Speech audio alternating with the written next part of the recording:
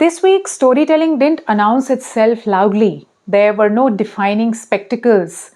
There were no viral moments. And yet, there was a transition.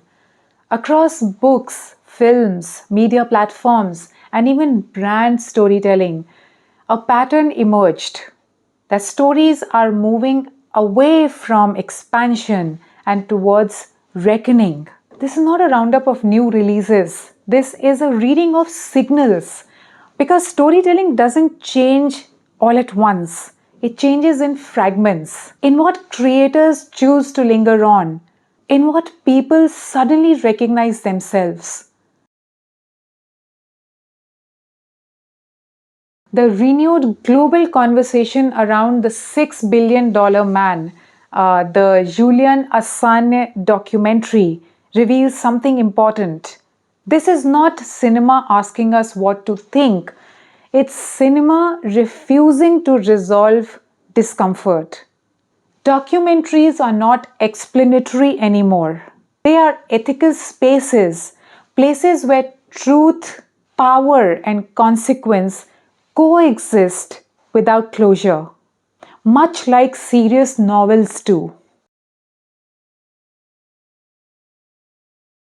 There is also a growing exhaustion with maximalism, multiverses, endless reinvention, infinite possibility.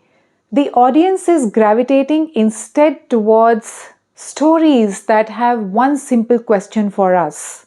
If making a choice does not feel liberating, what would you do? This shift is subtle, but it's decisive. And it mirrors the cultural anxiety we are surrounded by. The year-end literary conversations, especially from publications like The New Yorker, point to a similar turn. Themes like triumph and self-actualization are replaced by inheritance, ambivalence, and moral fatigue. Contemporary literature is not obsessed with finding your voice. It's concerned with living without resolution. That's a very adult move.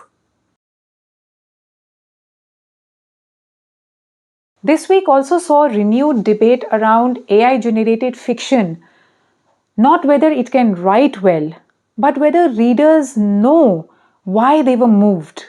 That question alone is seismic because it suggests that authorship is becoming less sacred than attention, coherence, and emotional accuracy.